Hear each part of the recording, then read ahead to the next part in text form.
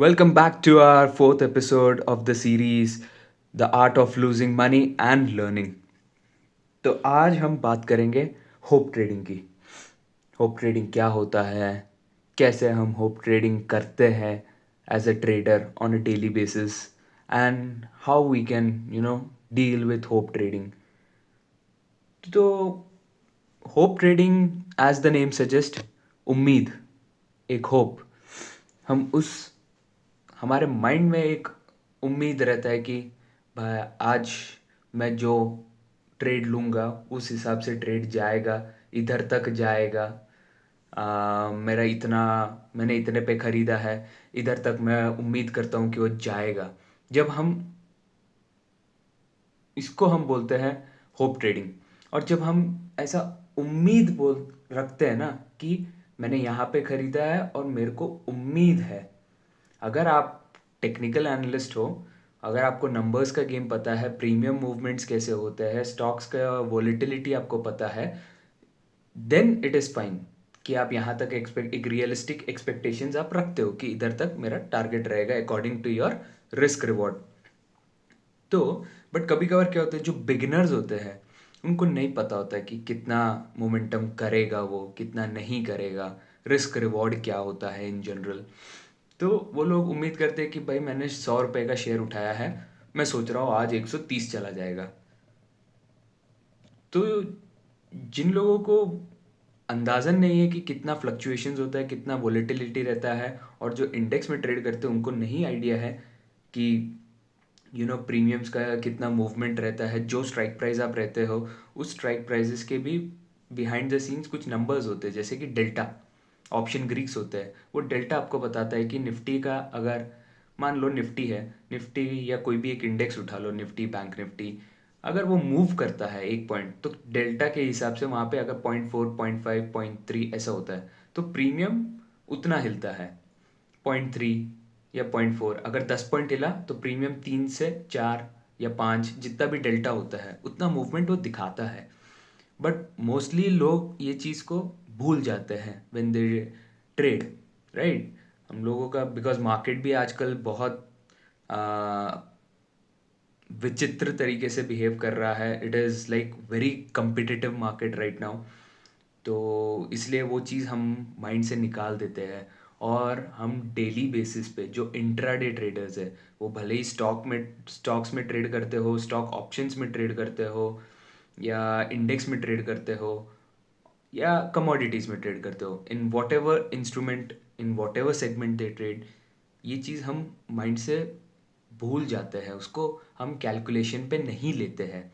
और हम एक उम्मीद रखते हैं, यार ये 50 पॉइंट हिलेगा तो प्रीमियम कम से कम 40 पॉइंट हिलना चाहिए। यही माइंड में ऐसा ऐसा सब कुछ रन होता रहता है कि मैं ये स्ट्राइक प्राइस लूँगा, इतना मूव करेगा, इतना प्रीमियम मूव होगा। जब वो होगा हम लगाना शुरू कर देते हैं, तब हमारा साइकोलॉजी ख़राब हो जाता है। तब हम टोटली उम्मीद पे चलते हैं, विच इज़ रॉन्ग। उसकी वजह से हम लोग लॉस करते हैं मार्केट में। हम रिस्क रिवॉर्ड के बारे में नहीं सोचते। मान लो मैंने 100 रुपये पे ख़रीदा है, मैं 90 रुपीज़ का, मैं 95 रुपीज़ का एसएल लगा रहा हूँ, 5 रुपये का एसएल लगा रहा हूँ। तो रिस्क रिवॉर्ड के हिसाब से, अगर आप बिगिनर हो तो आप 1:1 रिस्क रिवॉर्ड पे भी काम कर सकते हो, या 1:1.5 और 1:2 रिस्क है। 5 रुपये रिस्क पे रख रहा हूँ तो 5 रुपये कमाने का भी सोच रहा हूँ। अगर वैसा नहीं है तो 5 रुपये रिस्क पे रख रहा हूँ और 10 रुपये कमाने का सोच रहा हूँ। वैसे आपको एक माइंडसेट बनाना है और उसको इम्प्रूव करना है। वो रिस्क रिवॉर्ड को बढ़ाते रहना है कि मैं अपना रिस्क रिवॉर्ड कैसे इम्प्रूव कर सकता हूँ। बढ़ाते रहने का मतलब कैसे मैं इम्प्रूव कर सकता हूँ। तो उसके बारे में भी हम बात करेंगे। बट जब हम उम्मीद पे चलते हैं ना, तो हम 5 रुपये रिस्क पे रख के हम सोचते हैं कि 20 रुपये, 30 रुपये, 40 रुपये कमाऊंगा, 5x, 6x, 8x कमाऊंगा। हम लोग ये सब दोस्तों में देखते हैं, बहुत सारे यूट्यूब्स पे देखते हैं, पॉडकास्ट में देखते हैं कि मैंने इतना कमाया, मेरा कैपिटल डबल हो गया, मेरा कैपिटल ट्रिपल हो गया। बट उसके पीछे वो देखो तो सही कि उन लोगों ने कितना इन्वेस्टमेंट किया है, कौन सा स्ट्राइक प्राइस लिया है, उसका मूवमेंट कितना होता है, हम वो सब नहीं देखते हैं। हम वो प्रॉफिट को देख के हम अपने कैपिटल के साथ वही चीज़ उम्मीद करते हैं। अगेन सोचना, हम लोग दूसरों का देख के, उन लोगों का कैपिटल, उनका प्रॉफिट देख के हम करते हैं।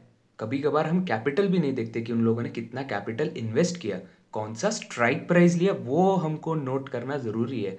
अगर वो लोग डाल रहे हैं, वो लोग भी ट्रेडर्स है, तो वो लोग सोच समझ के एक स्ट्राइक प्राइस लेते हैं और उस स्ट्राइक प्राइस में एक्सपेक्टेशंस रहते हैं कि हाँ, मैंने एक अच्छा स्ट्राइक प्राइस लिया हुआ है, जैसे इन द मनी स्ट्राइक प्राइस होते हैं। हम ये स्ट्राइक प्राइजेस के बारे में बात करेंगे कि इन द मनी क्या होता है, एट द मनी क्या होता है, ये सब के बारे में, which is the next topic along with risk reward management. तो अभी इसकी बात नहीं कर रहा, बट हाँ, हम ये नहीं सोचते, हम सोचते हैं कि हमारे पास 10,000 है, हम वो 10,000 में उसको 30,000 कैसे करें। हम कोई और स्ट्राइक प्राइस ले लेंगे बिना कुछ सोचे समझे, मतलब हम सोचेंगे नहीं कि इसका प्रीमियम का मूवमेंट इतना होगा कि नहीं, हम वो नहीं सोचते, हम उम्मीद पे चलते हैं उस टाइम पे।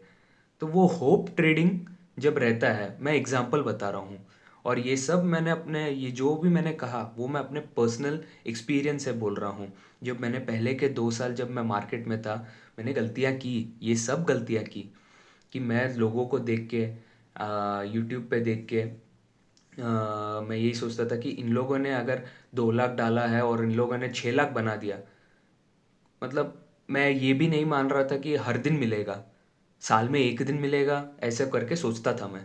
तो मैंने भी बोला कि मैं 10,000 का 30,000 तो कर सकता हूँ, बट मैंने ये नहीं सोचा कभी कि मैं कौन सा स्ट्राइक प्राइस ले रहा हूँ, उस स्ट्राइक प्राइस में अगर पर्टिकुलर इंस्ट्रूमेंट इतना मूव करता है तो प्रीमियम इतना मूव करेगा कि नहीं।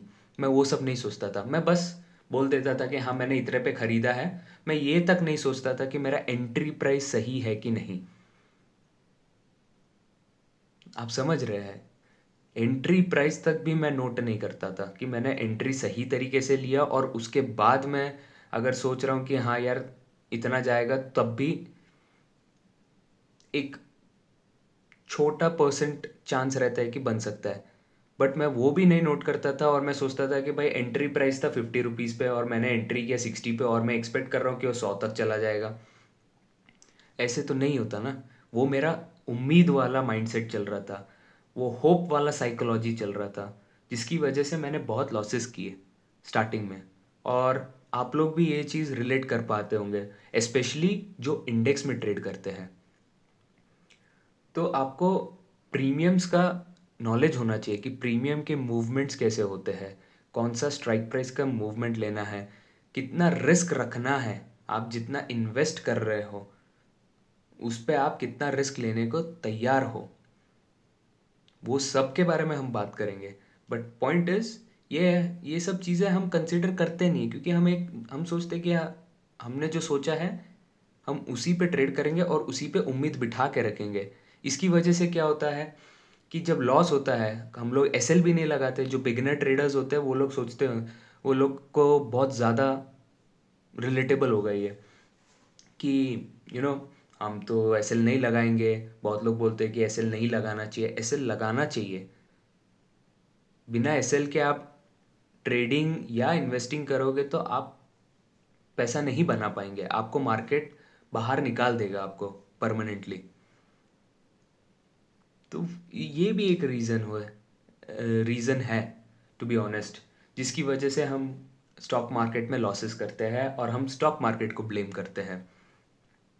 हमको एक थोड़ा वाइज डिसीजन, एक गुड अमाउंट ऑफ नॉलेज चाहिए। तो इस होप ट्रेडिंग को आप एक बार फील करके देखिए कि आपने भी ये चीज़ कभी किया है। आई एम श्योर आप लोगों ने एक बार तो फील किया ही होगा, ये चीज़ आपके साथ एक्सपीरियंस हुआ होगा। एक बार उसको वेरीफाई कीजिए, उसको रेक्टिफाई कीजिए कि मैंने क्या गलती की उसमें। देन यू विल अंडरस्टैंड कि यहाँ पे मैंने ये ऐसा गलती किया और यहाँ पे ऐसा नहीं करना चाहिए था, मेरा यहाँ पे प्रॉब्लम है हुआ। या मेरा नॉलेज गैप है, it can be any reason. मैं अपने एक्सपीरियंस के हिसाब से मैंने बोला मेरे पास नॉलेज का कमी था, तो मेरा रीज़न वो था। आप लोगों के कुछ और रीजंस हो सकते हैं, but please do analyse your past trades और past investments that you have made and see where you were expecting that this stock or this trade would should have given me this much amount or x amount of money। वहाँ पे आप देखिए कि आपने hope trading किया था कि नहीं, आपको पक्का याद आएगा। एक बार तो सबकी ज़िंदगी में हुआ ही होगा जिसने शुरू किया है स्टॉक मार्केट, और जो 2-3 साल से इन्वेस्ट कर रहा हो या ट्रेडिंग कर रहा हो, उसको ये एक बार तो फील हुआ होगा। So it's my humble request that you check your past trades or investments and see and try to understand it if you have done this hope trading thing in your, you know, in your stock market journey। और इस hope trading के लिए हमारा सब इसका solution एक ही है कि हमको अपना नॉलेज बढ़ाना ज़रूरी है। जो इंडेक्स है उसके लिए हमको ऑप्शंस प्रीमियम, ऑप्शंस कैसे मूव होते हैं, साइकोलॉजी क्या होती है बायर सेलर्स का, ये सब जानना ज़रूरी है। स्टॉक्स में हमको जानना ज़रूरी है कि वो कैसे बिहेव कर रहा है, हमको प्राइस मॉनिटर करना ज़रूरी होता है, हमको फंडामेंटल्स चेक करना ज़रूरी होता है, technical point of view check करना ज़रूरी होता है। So that is all necessary before we make an informed decision about our particular trade और इन्वेस्टमेंट। सो जितना नॉलेज होगा तो आपको रियलिस्टिक पिक्चर मिलेगा और आप होप ट्रेडिंग मिनिमाइज करते रहेंगे। Slow and study, it is a slow process, it is not a one day process, it is a slow and steady process, and you have to be consistent about it. That is also one of the hardest challenge. You have to show that consistency, then only that hope trading will minimize. So please do that, and let me know in the comment section if you want to know more about hope trading or revenge trading। आप comments में लिखिए, तो मैं उसके बारे में मैं बताऊंगा। अगर मैंने एक्सपीरियंस किया है तो मैं अपने पर्सनल एक्सपीरियंस से मैं आपको ये सब बता रहा हूँ। So I hope that you got an idea what is hope trading, how you do it subconsciously and how you can overcome it. So next episode पे हम बात करेंगे रिस्क मैनेजमेंट के ऊपर एंड ऑप्शन प्रीमियम्स को कितने तरीके से क्लासिफाई करते हैं, मतलब at the money, in the money और out of the money concepts की हम बात करेंगे, particularly for index traders. So that will be our 5th episode. So thank you for listening, have a good day.